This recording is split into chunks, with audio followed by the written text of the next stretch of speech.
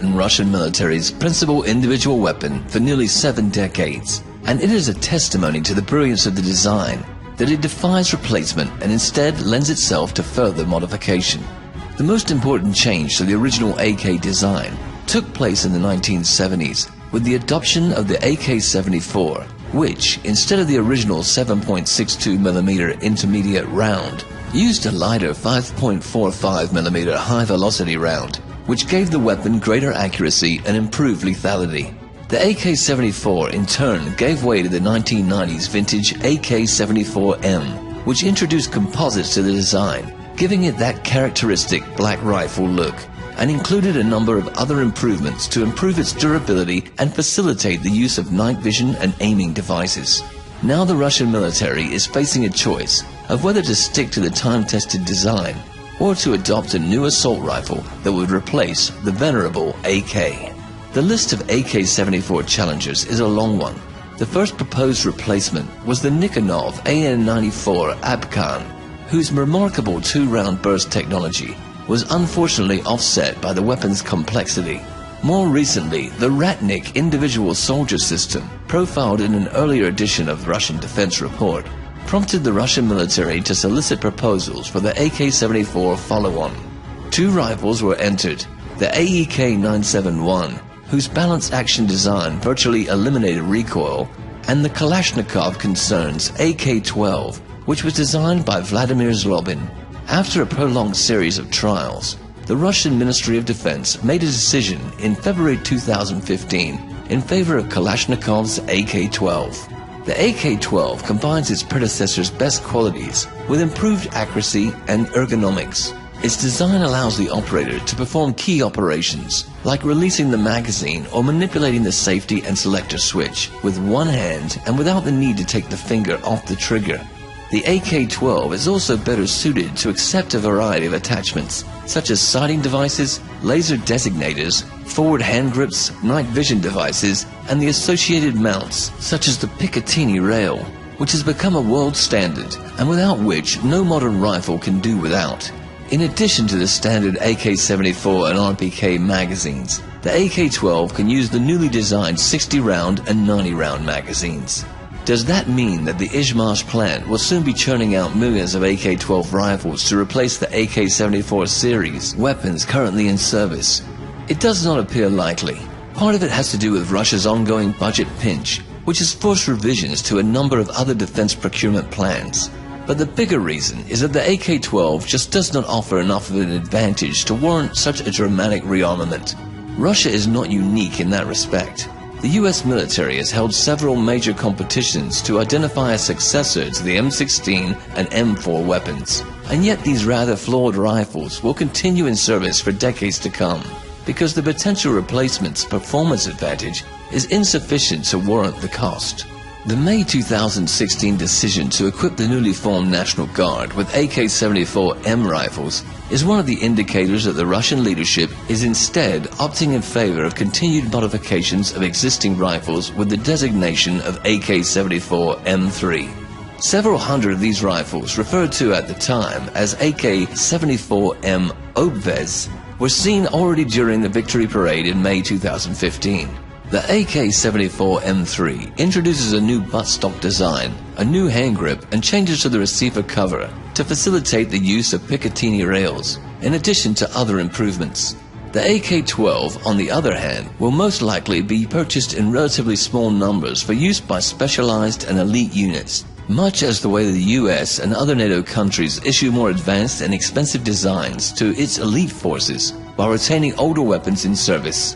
As is usually the case, the question of the relative importance of the AK-74M3 and the AK-12 to the Russian military will likely be shown by their presence or absence at this year's and future victory parades.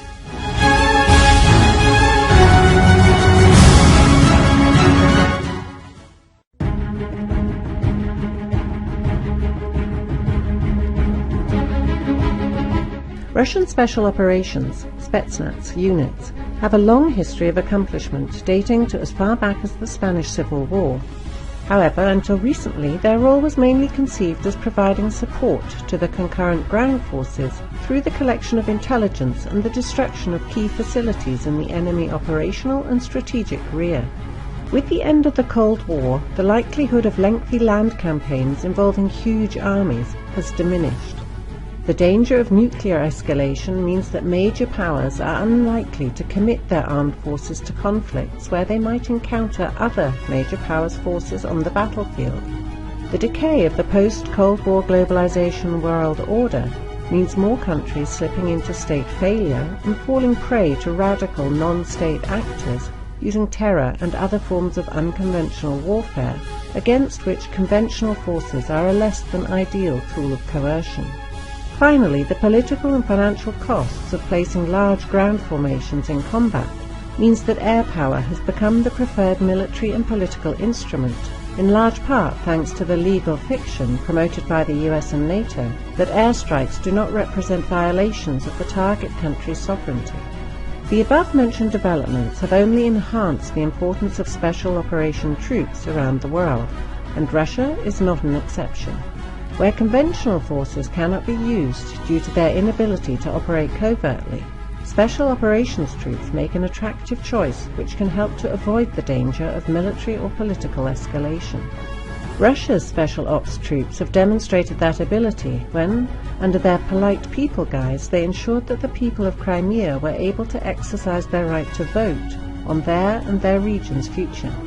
The presence of a sizable force of highly trained operators was sufficient to deter Ukrainian nationalists' attempts to disrupt the peaceful political process in the way that they were able to do at the Odessa House of Labour Unions. Their professionalism also enabled all of the standoffs with Ukrainian forces on the peninsula to be resolved amicably and with a minimum of human casualties. The rise of international terrorism has also kept Russian special operations troops in action since the 1990s. Mainly during the conflicts in Chechnya and Dagestan. In the process, they acquired valuable experience at counterinsurgency, but hopefully will prove sufficient to deter Islamic State infiltrations into the Russian Federation territory or the territory of its allies, particularly if ISIS operations are effectively nipped in the bud. Russian special operators likewise proved adept at maximizing the effects of Russian air power over Syria by identifying and locating terrorists, then guiding aircraft and their munitions to the targets. Special Operations Officer Alexander Prokhorenko, who performed the Air Forward Observer function in Syria when he was killed in action, illustrates both the importance and the danger of that mission. These missions were all performed by the Spetsnaz brigade subordinated to the Russian General Staff's main intelligence directorate, GRU. In recognition of special operations' importance in future conflicts, the Russian Federation formed the Special Operations Forces Command, KSSO, whose headquarters became operational in 2012, or right in time to influence the rapidly deteriorating international situation. KSSO's existence is intended to establish a cadre of experienced senior officers who will participate in operational planning at the strategic level, promote unified doctrine and training standards, and in general raise the profile of special operations forces within the Russian military. As of early 2016, KSSO had at its command 7 Spetsnaz brigades, each with between 4 and 6 Spetsnaz detachments, totaling up to 1,000 troops each.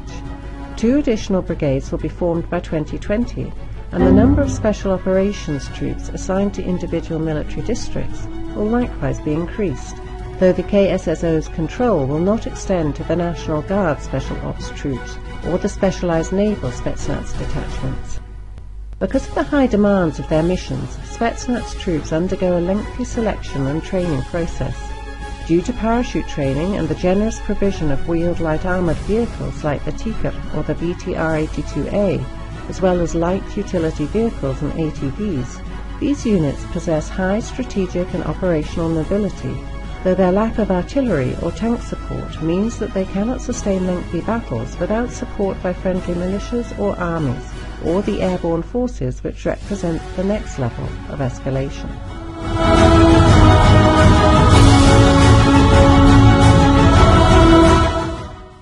Would which has become a world standard and without which no modern rifle can do without.